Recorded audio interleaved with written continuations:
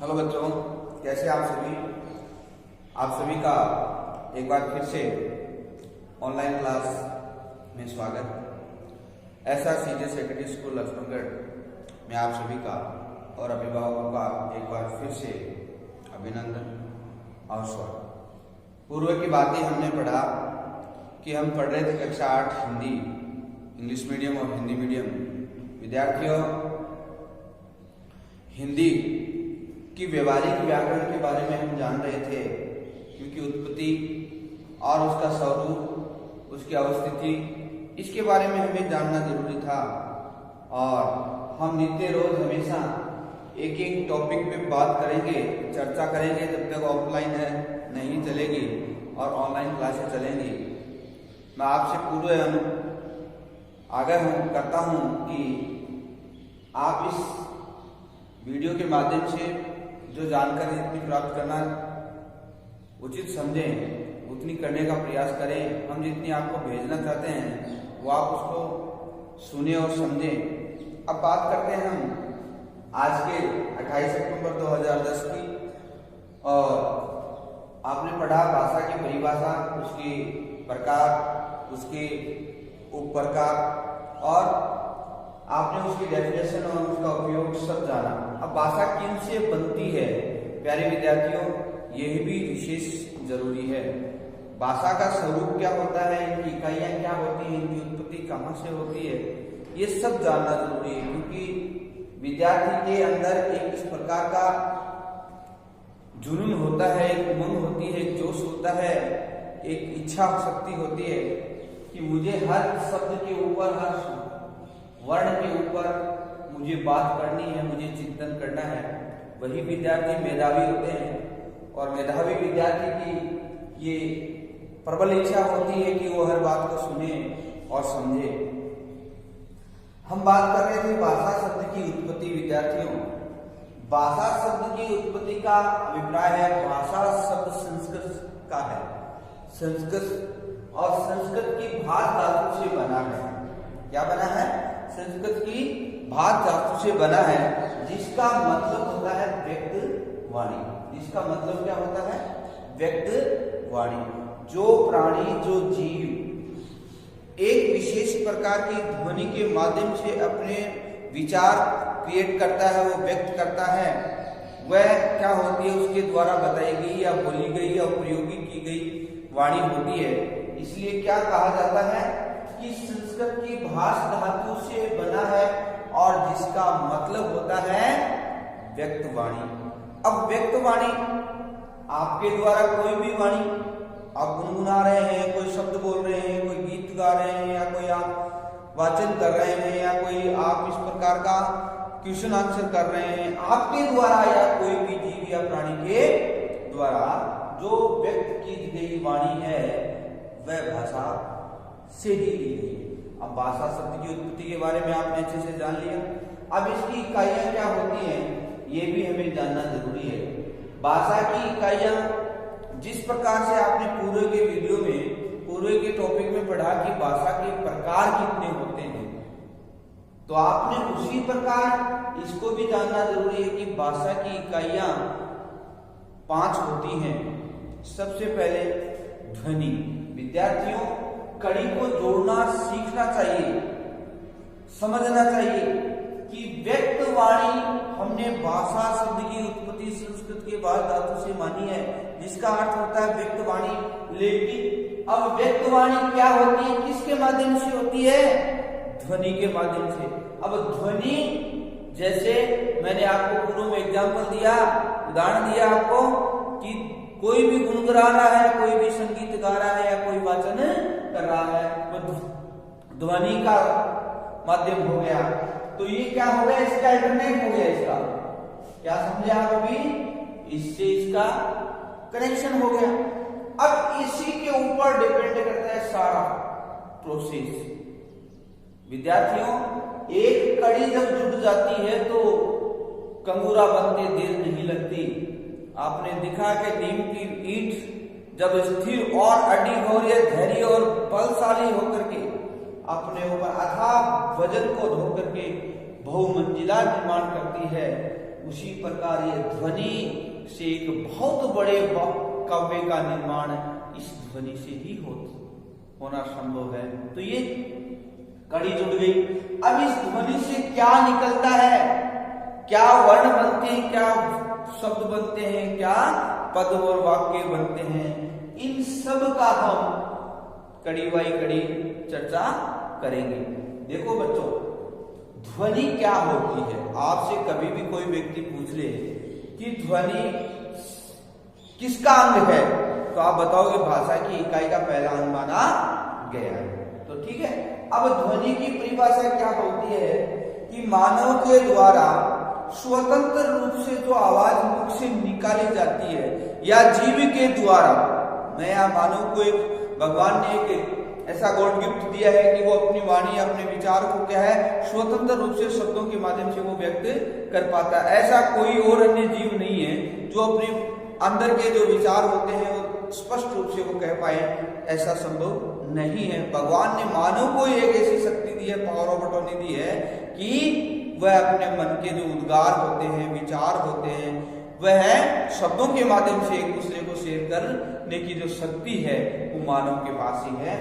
अब ये ध्वनि की परिभाषा आपने क्या समझी कि मानव स्वतंत्र रूप से मुख से जो आवाज निकालता है उसे ध्वनि कहते हैं।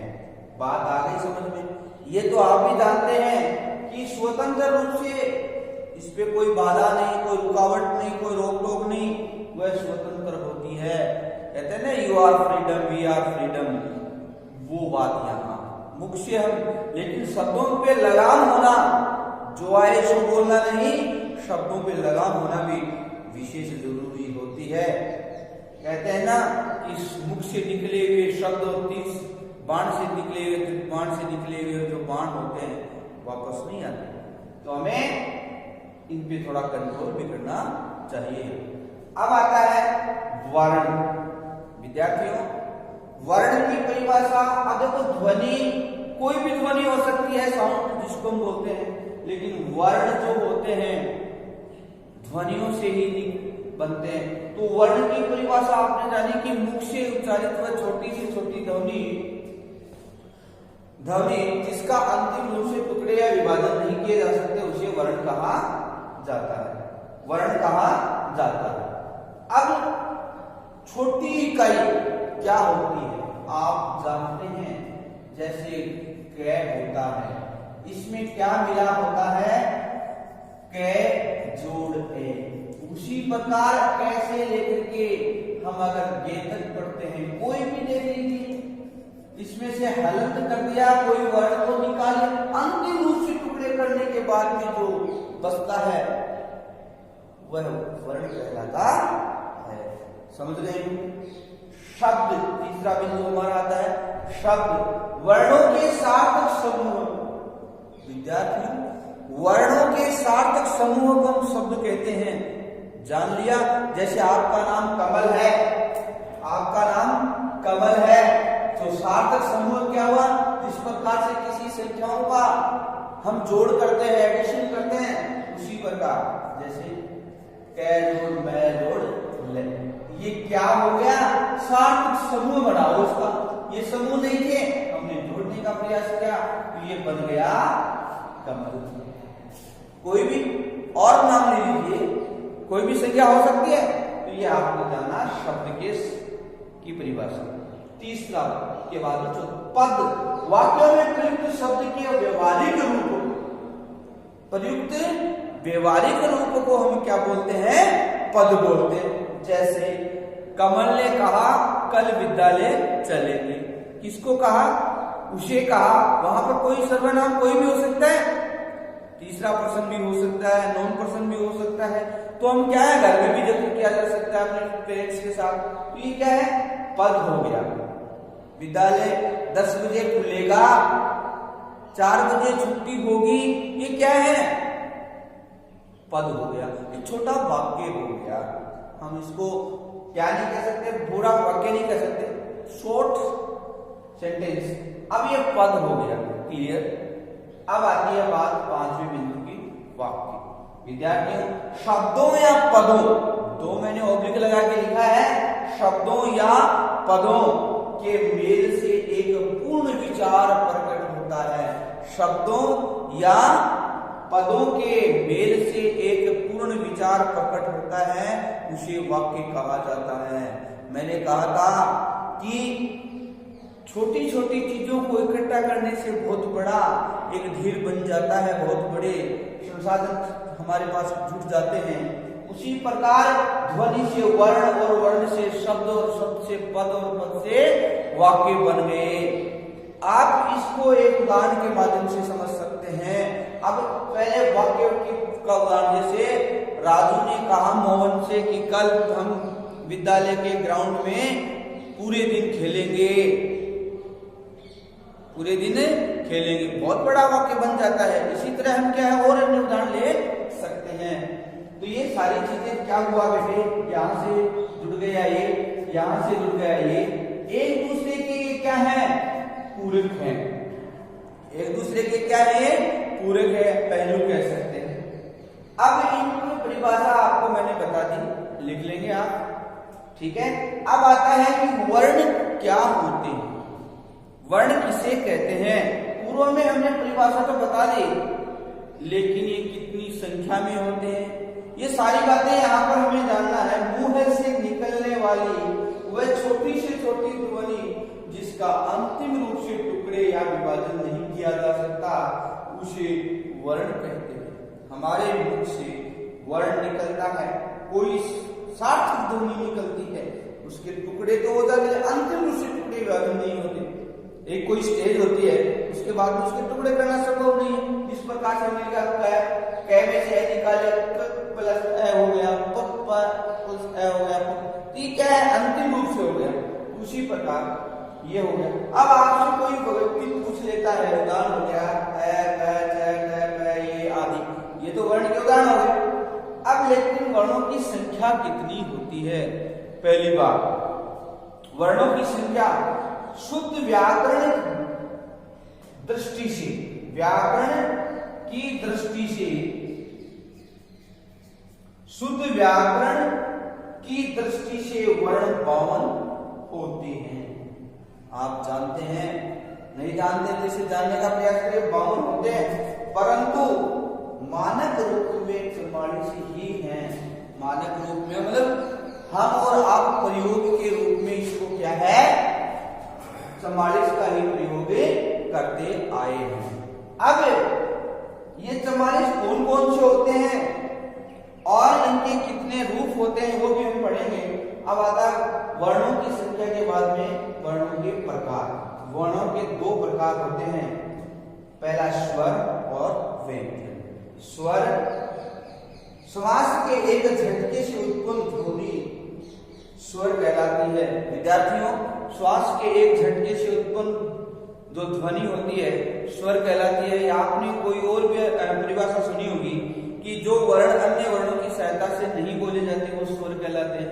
ये तो आपने रटी परिभाषा है, लेकिन श्वास के झटके से उत्पन्न ध्वनि को स्वर क्यों कहते हैं। जैसे बोलिए, स्वर को हम उच्चारण करेंगे तो उसमें कोई रुकावट नहीं आती, अ आ ई उ ए ऐ ओ औ री। तो ये क्या है, बिना किसी रुकावट के नॉन स्टॉप कार्य चलता रहता है, उसे हम स्वर कहते हैं।